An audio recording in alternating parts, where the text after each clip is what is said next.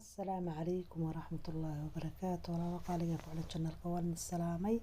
سو دواذا أصحابي ما أنتوا حنا قصمين الشراب أما عبيتان waxaan ku dhacaa caafimaad leh healthiya hadaad rabto inaad isxaatayso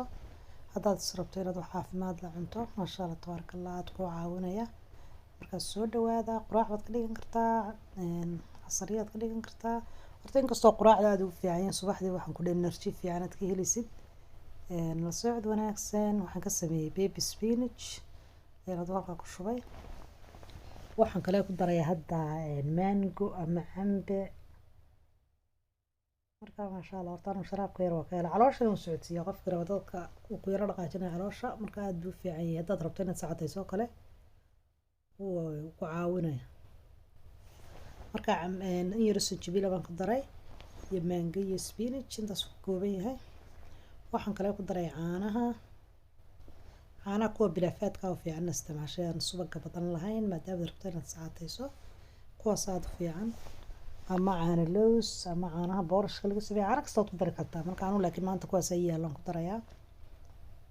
caanaha boorashka inta badan aad ugu fiican yahay waxyaalaha la shiidayo marka waa subaxdii kale sharaabkan aad fiican yahay awood bogsiinaya ma gaajoonaysid waqti badan bad ayaad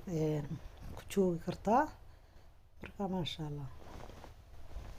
la socod wanaagsan waa kaas saas u soo noqday sharaabkii labada koob buu noqday marka hadaad koob ka cabto waxaan ku yiri ma sha Allah wax badan buu tarayaa ma gaajoonaysid waxyaalo kale ma raadinaysid asxaabay waxaan idin leeyahay waa ka sharaabkii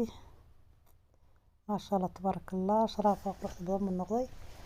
asxaabta qaariga channelka ku xidhan waxaan idin leeyahay muuqaalkan hadaad ka heshaan sii share gareeya asxaabtina la wadaaga hadaad nagu cusubtayna ku soo biir channelka wax badan baad ka faa'iidi doontaa insha Allah tacaala kuna soo dhawow gacmo furan haddii